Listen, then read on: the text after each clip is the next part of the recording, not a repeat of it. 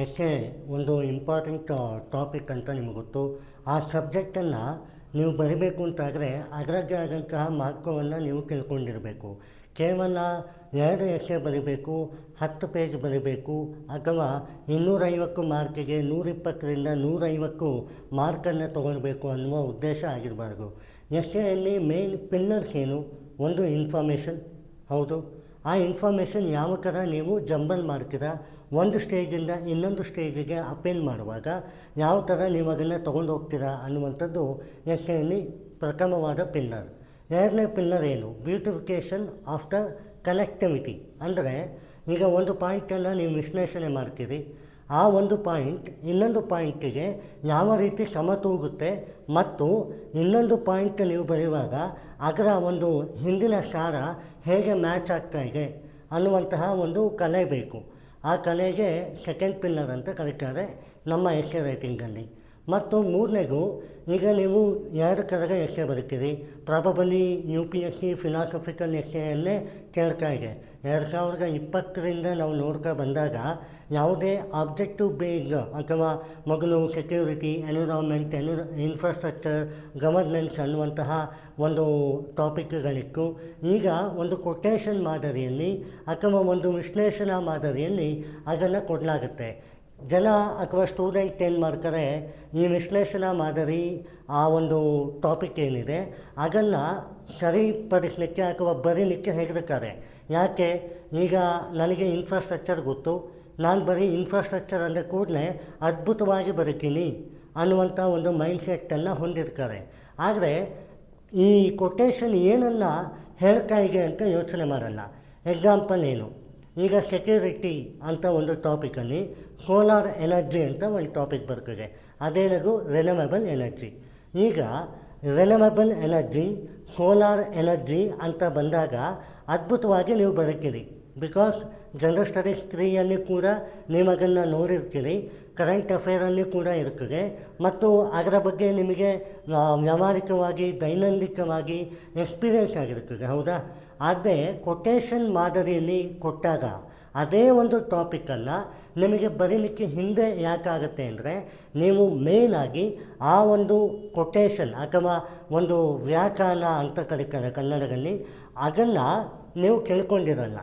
ಈಗ ಕಣ್ಣಿಗೆ raging fall to reach out the glimpse of the arc ಅನ್ನುವ quotation. Okay, ಕಣ್ಣಿಗೆ raging fall the glimpse of the arc ಅಂದರೆ ಏನು?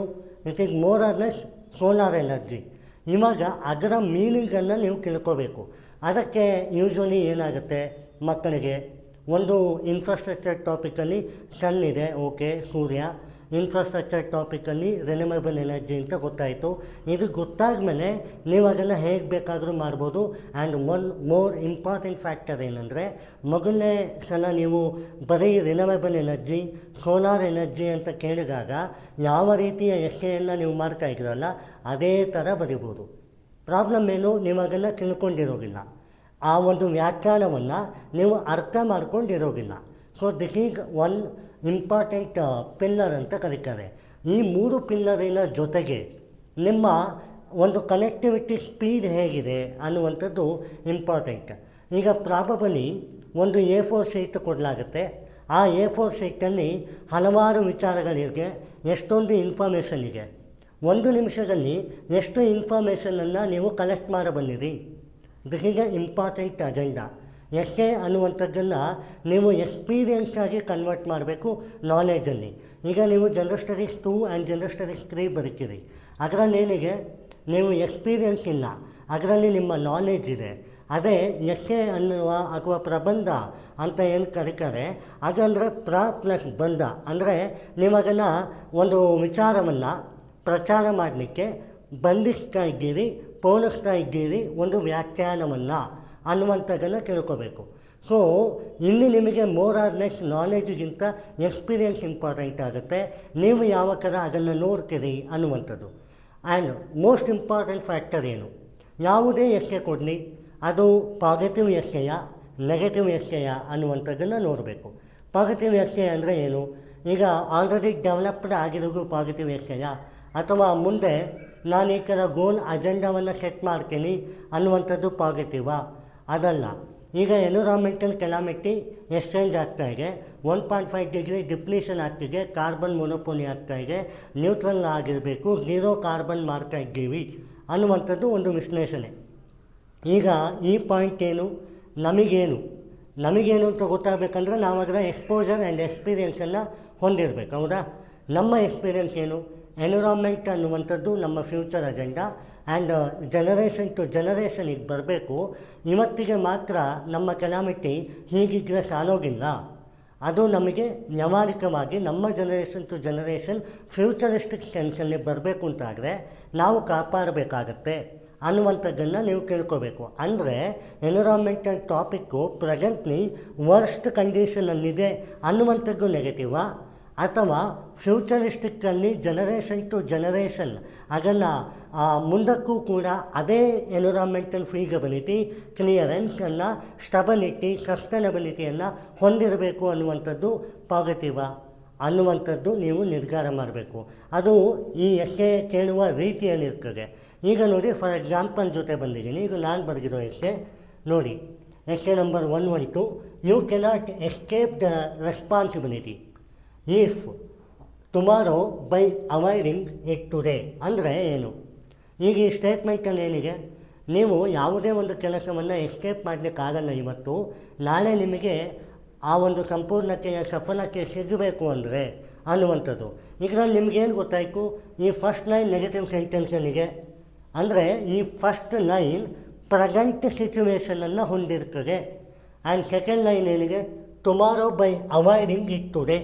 ಅಂದರೆ ನೀವು ಟುಮಾರೋ ಅಂದರೆ ನಾಳೆ ದಿವಸ ನೀವು ಹೇಗಿರಬೇಕು ಅನ್ನುವಂಥದ್ದಕ್ಕೆ ಇವತ್ತು ರೂಪುರೇಷೆಯನ್ನು ಹಾಕಿಕೊಳ್ಳಬೇಕು ಅನ್ನುವಂಥದ್ದು ಒಂದು ಅರ್ಥ ಆಯಿತು.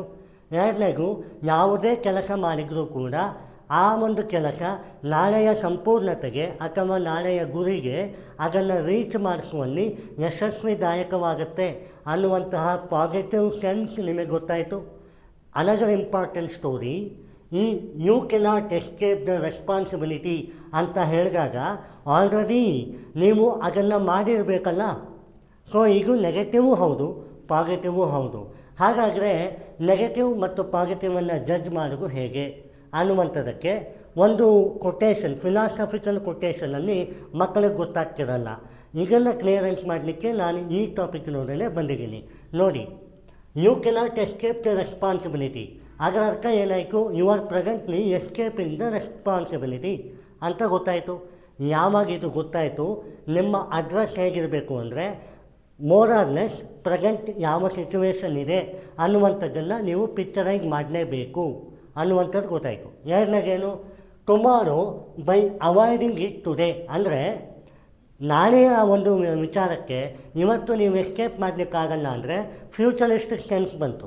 ಸೊ ಫ್ಯೂಚರಿಸ್ಟಿಕ್ಕಲ್ಲಿ ನೀವು ಯಾವ ಥರ ಇರಬೇಕು ಅಂತ ಅಂದ್ಕೊಂಡು ಅದನ್ನು ವಿಜುವಲೈಸೇಷನ್ ಯಾವ ಥರ ಮಾಡಿದ್ರಿ, ಅದರ ಪರ್ಸೆಪ್ಷನ್ ಮೆಕ್ಯಾನಿಸಮ್ ಇವತ್ತಿಗೆ ಇರಬೇಕು ಅನ್ನುವಂಥದ್ದು ಇಡೀ ಎಸ್ಕೆಯ ಸಾರ ಆಗಿರಬೇಕು. ಅಂದರೆ ಮೋರ್ ಆರ್ ಲೆಸ್ ಟಾಪಿಕ್ಕಲ್ಲಿ ಯಾವ ವರ್ಡ್ಸ್ ಇದೆ, ಅದರಲ್ಲಿ ನಿಮಗೆ ಯಾವ ಒಂದು ಟಾಪಿಕ್ಕನ್ನು ನೀವು ಅಡ್ರೆಸ್ ಮಾಡ್ತಿದ್ದೀರಿ ಅಂತ ಗೊತ್ತಾಗುತ್ತೆ. ನೆಕ್ಸ್ಟ್, ಆ ಟಾಪಿಕ್ಕಿನ ಕಂಜಂಕ್ಷನ್ ಅಥವಾ ಕನೆಕ್ಟಿವಿಟಿ ಆಫ್ ದ ವರ್ಡ್ಸ್ ಏನಿದೆ ಅದು ಯಾವ ರೀತಿ ನಿಮಗೆ ಸದುಪಯೋಗಗೊಳ್ತಾ ಇದೆ, ಯಾವ ರೀತಿ ಹೋಗ್ತಾ ಇದೆ, ಪ್ರೆಸೆಂಟ್, ಪಾಸ್ಟ್, ಫ್ಯೂಚರ್ ಯಾವುದರಲ್ಲಿದೆ ಅನ್ನುವಂಥದ್ದು ತಿಳ್ಕೋಬೇಕು.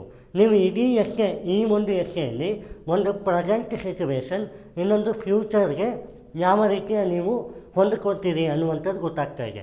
ಸೊ ಇದನ್ನು ನೀವು ಪಿಲ್ಲರ್ ನಂಬರ್ 4 ಅಂತ ಕರಿಬೋದು. Next, the beautification of the ಎಕ್ಕೆ ಯಾವ ಥರ ಬರೀಬೇಕು. ಒಂದನೇದು, ಕೆಲವರು ಕೊಟೇಶನ್ ಮೂಲಕ ಬರೀತಾರೆ.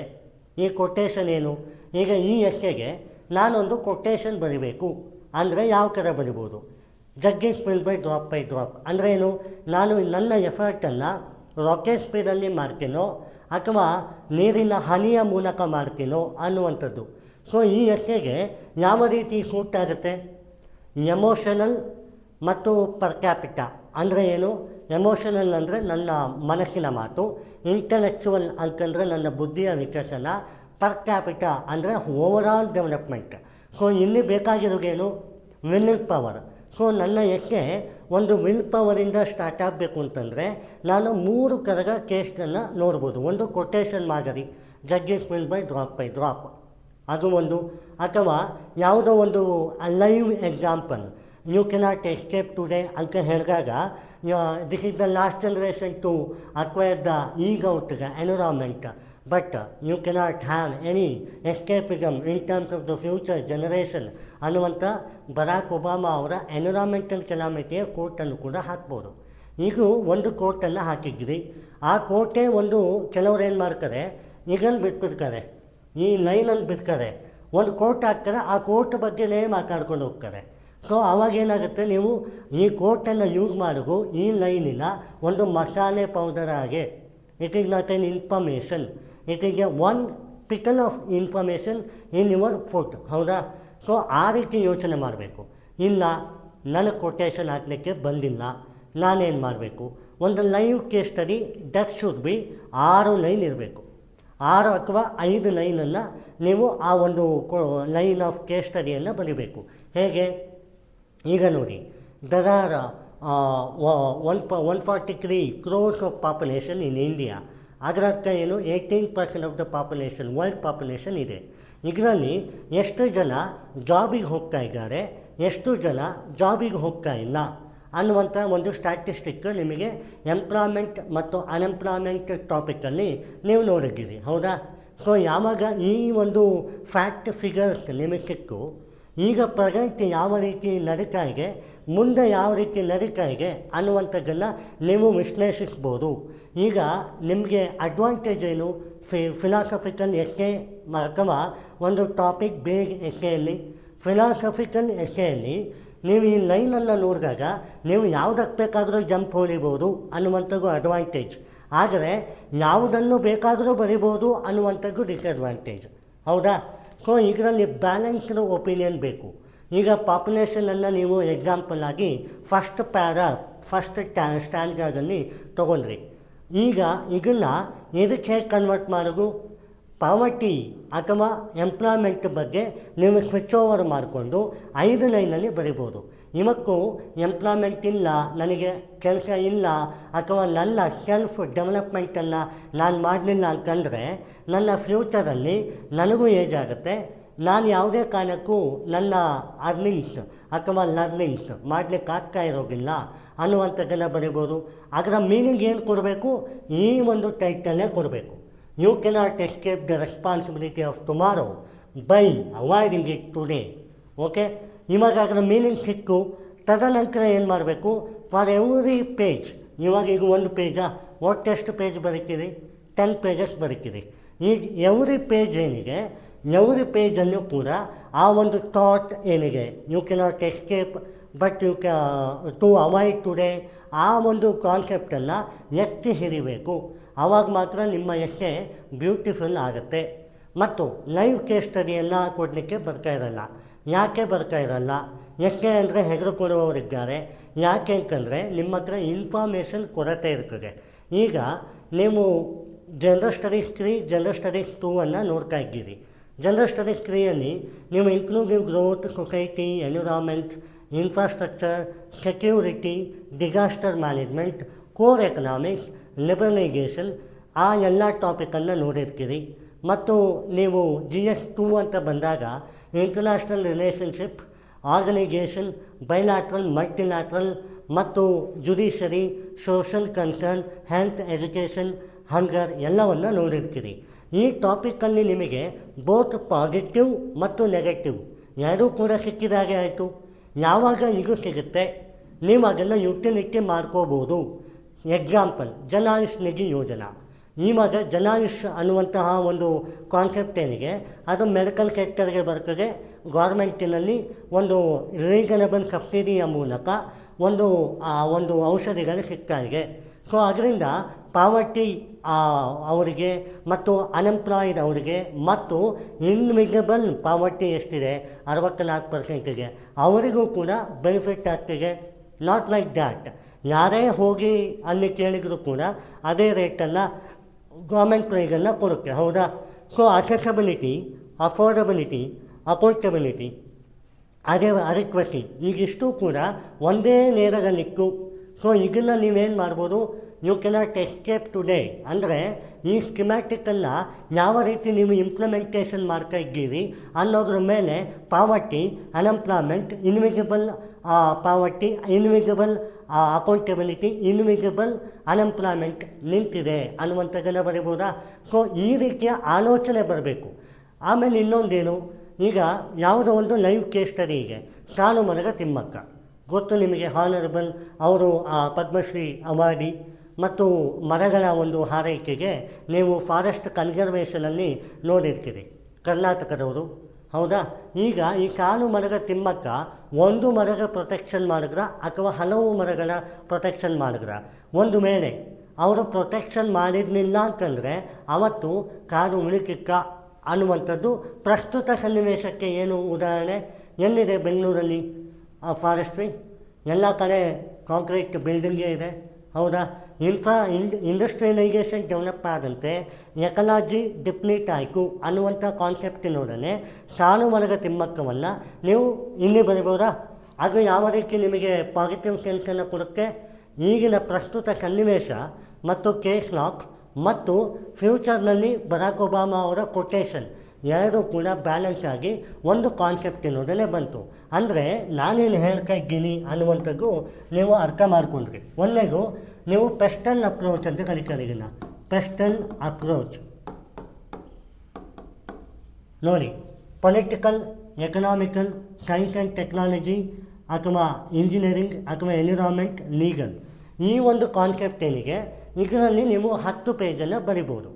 ಈಗ ಒಂದು ಪೇಜಿಗೆ ಒಂದು ಪೇಜ್, ಈ ಒಂದು ಪೇಜ್ ಒಂದು ಪೇಜ ಅಲ್ಲ, ಒಂದು ಪ್ಯಾರಾಗೆ ಏನಾಗುತ್ತೆ. ಈಗ both the positive sense will be, the negative sense will be ಅಂತ ಬರೀಲಿಕ್ಕಾಗಲ್ಲ. ಎಕ್ಸಾಂಪಲ್ ಕೊಡ್ತೀನಿ ನೋಡಿ.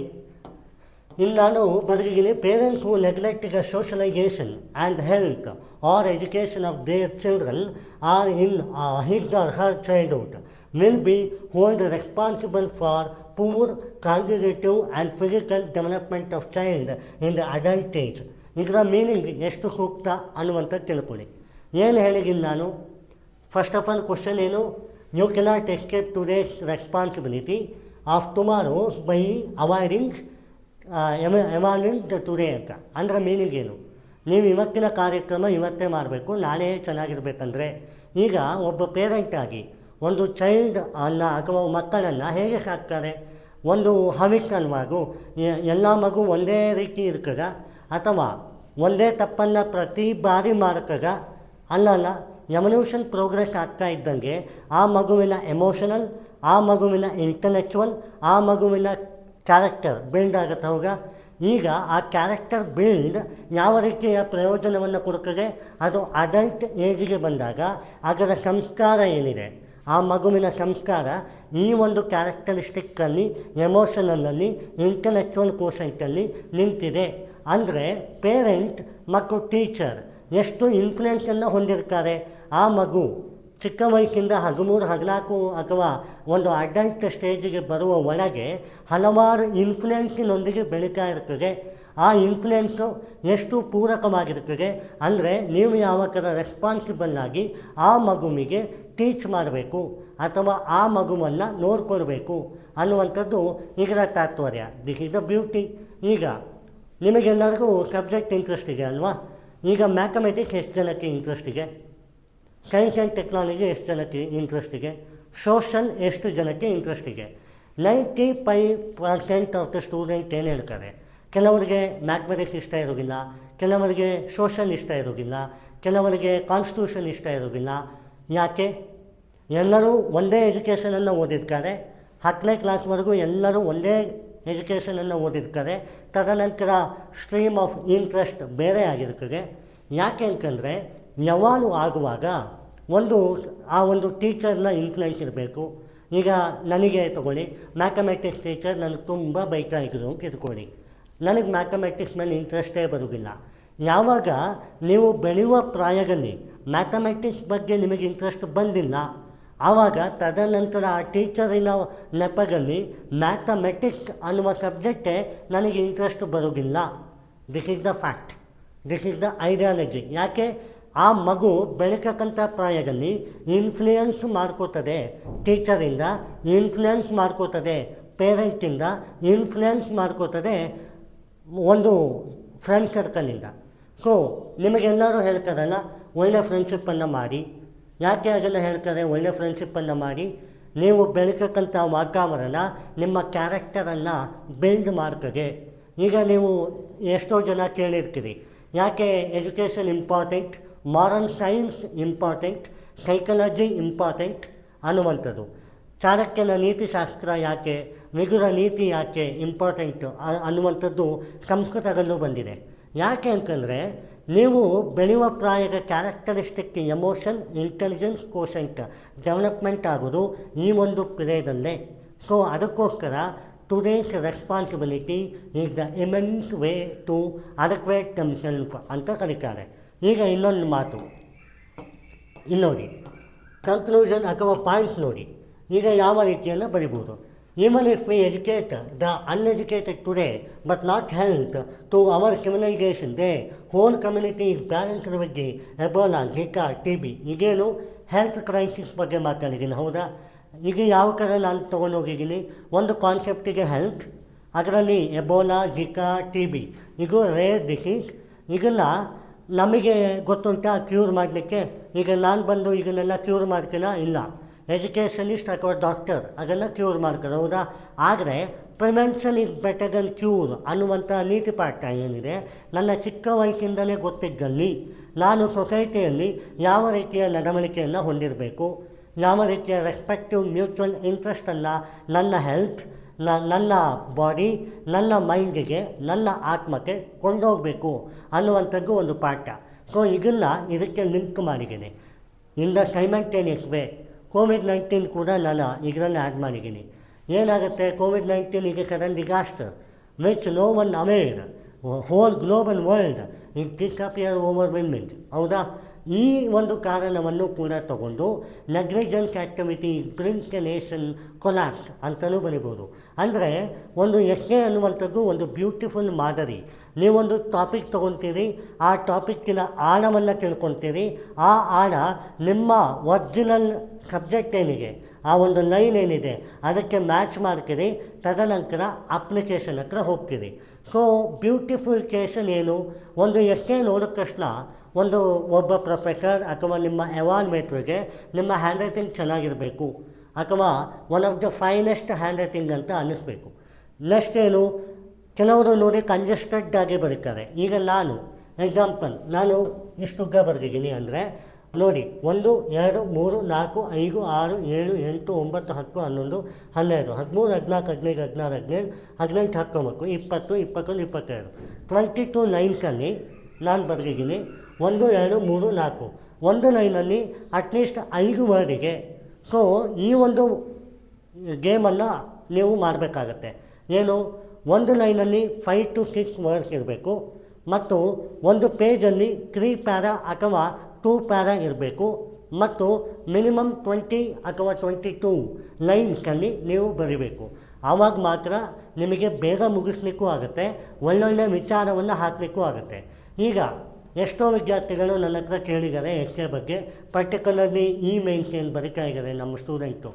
ಏನು ಕೇಳ್ತಾರೆ, ಈಗ ನೀವು ಎಸ್ಸೆ ಅಂತ ಹೇಳಿದ್ರಿ ಸರ್, ಒಂದು ವಿಚಾರ ಇದೆ, ಸಪೋಸ್ ಎಜುಕೇಷನ್, ಅದರಲ್ಲಿ ನಾನು ನಲಂದ ಯೂನಿವರ್ಸಿಟಿ 7550 ಏನಿಗೆ ಅದನ್ನು ನಾನು ಬರೆದಿದ್ದೀನಿ, ಕುಮಾರಗುಪ್ತ 1 ಅವ್ರ ಬಗ್ಗೆ ಬರೆದಿದ್ದೀನಿ. ಆದರೆ ನನಗೆ ಪ್ರಸ್ತುತವಾಗಿ ನಲಂದ ಯೂನಿವರ್ಸಿಟಿ ಬಿಹಾರ್ಗಲ್ಲಿಗೆ, ಪಾಟಲಿಪುತ್ರಗಲ್ಲಿಗೆ ಅದು ಯೂನಿವರ್ಸಿಟಿ ಆಗಿದೆ, ಒನ್ ಆಫ್ ದ ಫೈನೆಸ್ಟ್ ಯೂನಿವರ್ಸಿಟಿಯನ್ನು ರೆಕಗ್ನೈಸ್ ಮಾಡಿಗೆ ಪ್ರಧಾನಮಂತ್ರಿ ಆನರಬಲ್ ನರೇಂದ್ರ ಮೋದಿ ಅಂತ ನಾನು ಬರೀಬೇಕಿತ್ತು, ನನಗೆ ಮರ್ಕೋಯ್ತು. ಯಾಕೆ ಈ ಮರ್ಕೋಗೋಗು ಯಾಕೆ ಅಂತ ಕೇಳ್ತಾರೆ.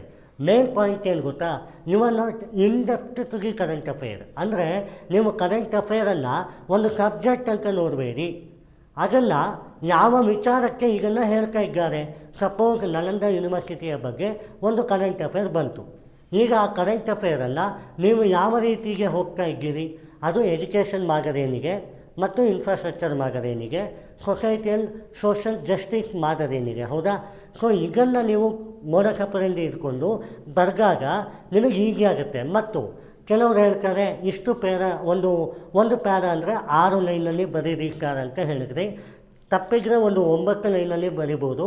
ಈಗ ನೀವು ಹೇಳ್ತೀನಿ ಸರ್ 25 ಲೈನು, ಇದನ್ನು ಡಿವೈಡ್ ಮಾಡ್ಕೊತಾ ಹೋದರೂ ಕೂಡ 6, 9, 21 ಅಂದರೆ ಎಷ್ಟಾಯಿತು? 6, 3, 18, 6, 4, 24 ಅಂದರೆ ಹಕ್ಕತ್ರ 3 ಪ್ಯಾರ ಬರಿಬೋದು ಸರ್. ಈ 3 ಪ್ಯಾರಾಗಲ್ಲಿ ನಾನು ಹೇಗೆ ಜೋಡಣೆ ಮಾಡೋದು, ನನಗೆ ಇಂಗ್ಲೀಷ್ ಕಲಿಬರೋದಿಲ್ಲ ಅನ್ನುವಂಥವರು ನೋಡಿ, ಒಂದು ವಿಚಾರವನ್ನು ಸ್ಪ್ರೆಡ್ ಮಾಡಬೇಕು ಅಂದರೆ 3 ವಿಚಾರ ಇದೆ. ಒಂದು ಪ್ಲೇನಾಗಿ ಬರೆಯೋದು, ಹಾಗೆ ನೀವು ಎಲ್ಲರೂ ಮಾಡ್ತೀರಾ.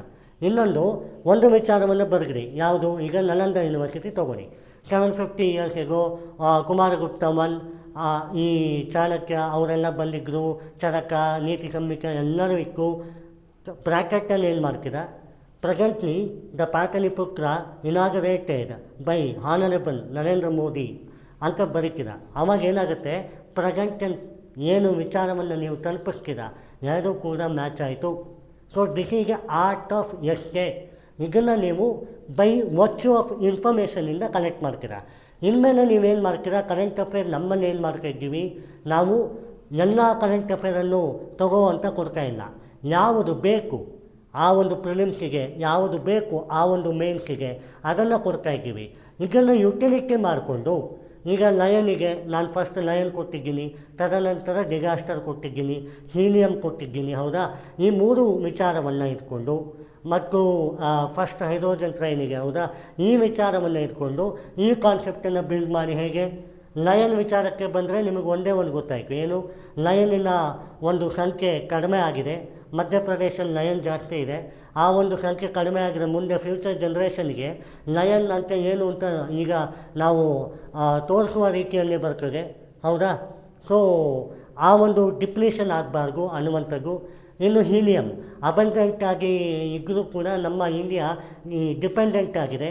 ನಾವು ಕತಾರ್, ಯುನೈಟೆಡ್ ಸ್ಟೇಟ್ಸ್ ಆಫ್ ಅಮೇರಿಕಾದಲ್ಲಿ ನಾವು ಹೀಲಿಯಮನ್ನು ತಗೊಳ್ಳುವಷ್ಟು ಪ್ರಮಾಣದಲ್ಲಿ ನಾವು ಕಡಿಮೆ ಬಂದಿದ್ದೀವಿ. So helium is very much needed. So ಅದನ್ನು ಫೋಟಾನ್ ನ್ಯೂಟ್ರಾನ್ ಸಮೀಕರಣದಲ್ಲಿ ನಾವು ನೋಡಬೇಕಾಗತ್ತೆ.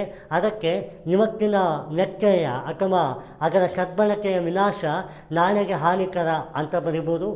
ಮತ್ತು ಬುಲೆಟ್ ಟ್ರೈನ್ ಅಥವಾ ಹೈಡ್ರೋಜನ್ ಟ್ರೈನ್, ಇವತ್ತಿನ ಗ್ರೀನ್ ಇನಿಷಿಯೇಟಿವ್ ಏನಿಗೆ ಫಸ್ಟ್ ಹೈಡ್ರೋಜನ್ ಟ್ರೈನ್ ಏನಿಗೆ ಚೆನ್ನೈಯಲ್ಲಿ, ಅದು ನಾಳೆಗಿಂತ ಇನ್ಫ್ರಾಸ್ಟ್ರಕ್ಚರ್ ಹೋಗುತ್ತೆ.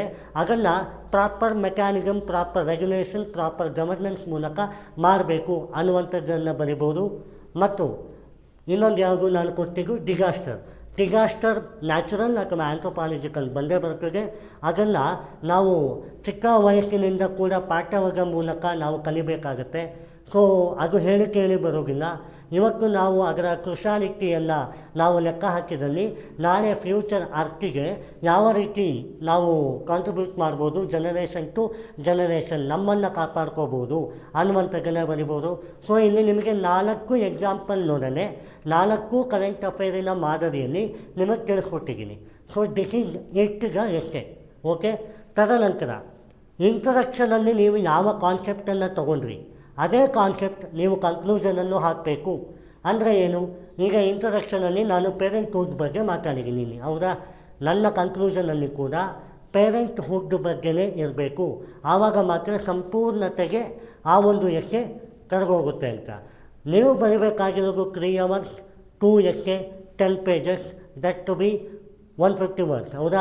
ಏನಾಗುತ್ತೆ, ಈ ಒಂದು ವರ್ಡಿನ ಆಟಕ್ಕೆ ಹೋಗಬೇಡಿ, ಲೈನಿನ ಆಟಕ್ಕೆ ಹೋಗಿ. ಅಂದರೆ ಒಂದು ಲೈನಲ್ಲಿ ನೀವು 6 ವರ್ಡ್ ಮತ್ತು 3 ಪ್ಯಾರ 25 ಲೈನ್, ಈ ಒಂದು ಮಾರ್ಕನ್ನು ನೆನಪಿರಲಿ. ಅದ್ಭುತವಾಗಿ ನೀವು ರ್ಯಾಂಕ್ ಹೋಗುತ್ತೀರಾ.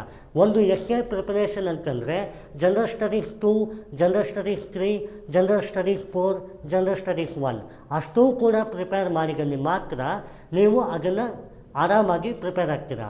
ಒಂದು ಎಸ್ಸೆಯನ್ನು ನೀವು ಓದಿದಲ್ಲಿ, ಎಸ್ಸೆಗೆ ಮೇಯ್ನಾಗಿ ಕೆಲವರು ಬರ್ದು ಹಾಕ್ತಾರೆ. ಎಸ್ಸೆ ಮ್ಯಾಟರ್ ಏನು ಗೊತ್ತಾ? ಅದರಲ್ಲಿ ಅವರ ಹ್ಯಾಂಡ್ ರೈಟಿಂಗ್ ಇಂಪಾರ್ಟೆಂಟ್ ಆಯಿತು, ಇನ್ಫಾರ್ಮೇಷನ್ ಗೇನ್ ಆಯಿತು ಅಷ್ಟೇ. ಇಲ್ಲಿ ಮ್ಯಾಟರ್ ಏನು? How to aggregate the growth of interest of the essay in terms of the mark ಅನ್ನುವಂಥದ್ದು ನೋಡಬೇಕು, ಹೌದಾ? ಯಾವ ರೀತಿ ಮೊದಲನೇದಾಗಿ ಮೆಂಟಲಿ ಯು ಆರ್ ಪ್ರಿಪೇರ್ಡ್ ಅಂತ ನೋಡಬೇಕು ರಾದರ್ ದೆನ್ ರೈಟಿಂಗ್. ಹೇಗೆ?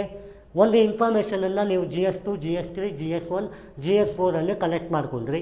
ಯಾವಾಗ ಈಗ ಕನೆಕ್ಟ್ ಮಾಡಿಕೊಂಡ್ರಿ GS4ಅಲ್ಲಿ ಆ ಒಂದು ಇನ್ಫಾರ್ಮೇಷನನ್ನು ನೀವು ಹೇಗೆ ಸದ್ಬಳಕೆ ಮಾಡಬೇಕು ಅಂತ ಗೊತ್ತಿರಬೇಕು ಅಂದರೆ ಆ ಇನ್ಫಾರ್ಮೇಷನಿನ ಪಾಸಿಟಿವ್ ನೆಗೆಟಿವ್ ಆಳ ಅಗಲವನ್ನು ನಿಮಗೆ ಗೊತ್ತಿರಬೇಕು. ಇದು ಮೆಂಟಲಿ ನೀವು ಪ್ರಿಪೇರ್ ಆಗಿರಬೇಕು. ಯಾವುದೇ ಕಾರಣಕ್ಕೂ ಏನೇ ಒಂದು ಇಶ್ಯೂ ಬಂತು ಅಂದರೆ ಹೇಳಲಿಕ್ಕೆ ಗೊತ್ತಾಯಿರಬೇಕು, ಒಂದು ಒಪಿನಿಯನ್ ಬರೆಸಲಿಕ್ಕೆ ನಿಮಗೆ ಗೊತ್ತಿರಬೇಕು. ಎರಡನೇ ಇಂಪಾರ್ಟೆಂಟ್ ಏನು, ನಿಮ್ಮ ಮೈಂಡಲ್ಲಿ, ನಿಮ್ಮ ಸೋಲಲ್ಲಿ, ನಿಮ್ಮ ಬ್ರೈನಲ್ಲಿ ನೀವು ಫಾಸ್ಟ್ ಥಿಂಕರ್ ಮತ್ತು ಫಾಸ್ಟ್ ಲರ್ನರ್ ಅಂತ ನೀವು ಅಂದ್ಕೋಬೇಕು. ಮತ್ತು ನಿಮಗೆ ಟೈಮ್ ಇರೋದು 1.5 ಗಂಟೆ. ಆ 1.5 ಗಂಟೆಯಲ್ಲಿ ಒಂದು ಎಸ್ಸೆಯನ್ನು ಬರೀತೀನಿ, ನನಗೆ ಕೆಪಾಸಿಟಿ ಇದೆ ಅನ್ನುವಂಥದ್ದನ್ನು ನೀವು ಬರೆಸ್ಕೋಬೇಕು. ಮತ್ತು ಇಂಗ್ಲೀಷಲ್ಲಿ ಬರೀಲಿಕ್ಕೆ ಆಗೋದಿಲ್ಲ, ಕನ್ನಡದಲ್ಲಿ ಬರೀಲಿಕ್ಕೆ ಆಗ್ತದೆ ಅನ್ನುವ ಮಕ್ಕಳಿದ್ದಾರೆ. ಅವರು ಇಂಗ್ಲೀಷನ್ನು ಒಂದು ಜಪಾನ್ ಲ್ಯಾಂಗ್ವೇಜ್, ಚೈನಾ ಲ್ಯಾಂಗ್ವೇಜ್ ಅಂತ ನೋಡೋಕ್ಕೆ ಅದ್ಭುತವಾಗಿ ಪ್ರಾಕ್ಟೀಸ್ ಮಾಡಿ ಮಾಡಿ ಮಾಡಿ ಮಾಡಿ ಅದನ್ನು ನನಗಾಗತ್ತೆ ಅನ್ನುವಂತಹ ಮನೋಬಲ ಜೊತೆಗೆ ಬರೀಬೇಕಾಗತ್ತೆ. ಇಲ್ಲಿ ಬೇಕಾಗಿರೋದು ನಿಮ್ಮ ವಿಲ್ ಪವರ್, ನಿಮ್ಮ ಮೇಧಾವಿತನ, ನಿಮ್ಮ ಎಫರ್ಟ್. ಅಂದರೆ ಇವತ್ತೇನು ನೀವು ಒಂದು ಪಾಯಿಂಟನ್ನು ಕಲಿತ್ರಿ ಅದು ನಾಳೆಗೆ ಬೆನಿಫಿಟ್ ಆಗುತ್ತೆ ಅನ್ನುವಂಥದ್ದು. ಅದೇ ಈ ಒಂದು ಎಸ್ಸೆಯ ಮೇನ್ ಇಂಪಾರ್ಟೆಂಟ್ ಸ್ಟೋರಿ. ಗೊತ್ತಾಯ್ತಲ್ಲ ಮಕ್ಕಳೇ, ಅದ್ಭುತವಾಗಿ ಸ್ಕೋರ್ ಮಾಡ್ಬೋದು. High scoring ratio